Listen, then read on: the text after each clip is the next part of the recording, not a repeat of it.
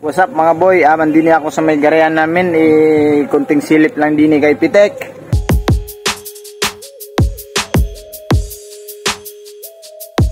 Ayan si Pitek, nakastandby din, kasama ko. At syempre mga boy, aring lights nari, isasalpak ko, ilalagay ko dini kay Pitek. Dini pa, sinacharge ko na to, tapol na atari. Salpak ko lang dini kay Pitek. So, konting silip lang kay dini kay Pitek mga boy, no? Kasi meron akong napapansin kay Pitek mga boy. Medyo konti lang namang mga damis kay Pitek. Siguro dati paring mga damis na rin. Ngayon ko lang napansin mga boy na may konting damage lang. So, ipapakita ko sa inyo mga boy. So, konting silip lang kay dini kay Pitek. Ari mga boy, ito ang aking napansin kay Pitek mga boy. Ito ang sira ni Pitek. So, medyo kawawa naman na rin si Pitek mga boy kasi ayun na makikita nyo. Di katulad din ng may isa. Medyo okay pare. Ari naman, sira na. So, kailangan kong bumili ng garne mga boy para mas lalong gumagawa po si Pitek mga boy. So, pag makapira ako, bibilan ko si Pitek ng garne. Yung mga style, yung mga may style. Basta, bibilan ko si Pitek ng mga garne mga boy. Papalitan natin to. May kunting nakita lang ko din kay Pitek. May gas-gas itong ano niya. Ano bang tawag din Ito. Ayan, kunting gas-gas na naman. Siguro dati pa to. Ayan, kunti lang. So, ayan. Medyo makintab naman si Pitek mga boy. Makintab naman si Pitek. Kasi pag wala akong ginagawa, pupunasan ko si Pitek, liguan. Yan, pagkatapos ko mag-training, punasan at liguan ko si Pitek mga boy. Ari naman mga boy, aring ano bang tawag din fork atare. Fork. Hindi na siya magbabounce, kasi aring fork niya mga boys, siguro buto na atare. Oh, sumabog na. Yan, hindi na siya mag-bounce. Kailangan din kasi wala pa akong pira Bibilan ko sana si Pitek ng oil kasi para para maayos na rin.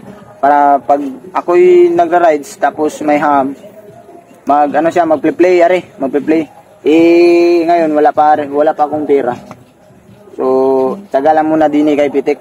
Pero minsan na naman ako magbabike. Pagtsatsagaan lang natin na ring fork ni Pitek. Medyo okay pa naman na rin. So, pag mga pera tayo, kapag hindi pa to kukunin ni Kapit, aalagaan ko rin si Pitek mga boy. Medyo makintab naman na rin si Pitek mga boy.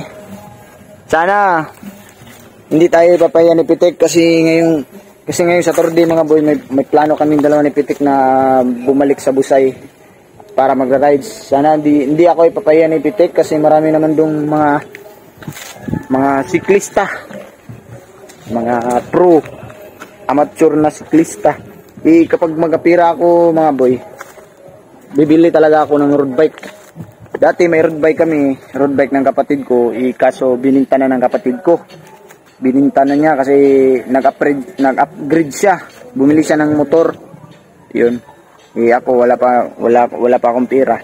Tsaga-tsaga lang, diskarte. Buti naman pinahiram ako ni Gapit. Maraming salamat din Gapit kasi pinahiram mo ako na ito. Magamit ko si Pitek. Kaya ito, nagamit ko si Pitek. Nag-rides ako. Kasama kami ni Pitek. At ito, pangalawa na tong video namin ni Pitek mga boy. Konting silip lang kay dini kay Pitek mga boy. Konting silip lang.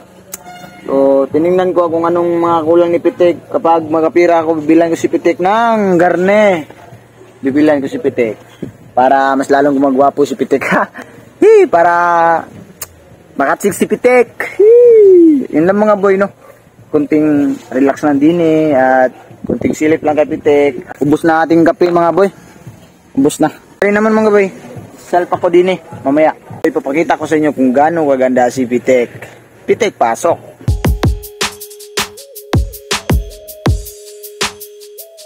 Gumagwapo na si Pitek. At syempre, hanggat din nilang ating video mga boy. Maraming salamat sa inyong panonood. At huwag kalimutan mag-like, follow, and share itong video na to. Ingat po kayong lahat dyan. God bless. Love you.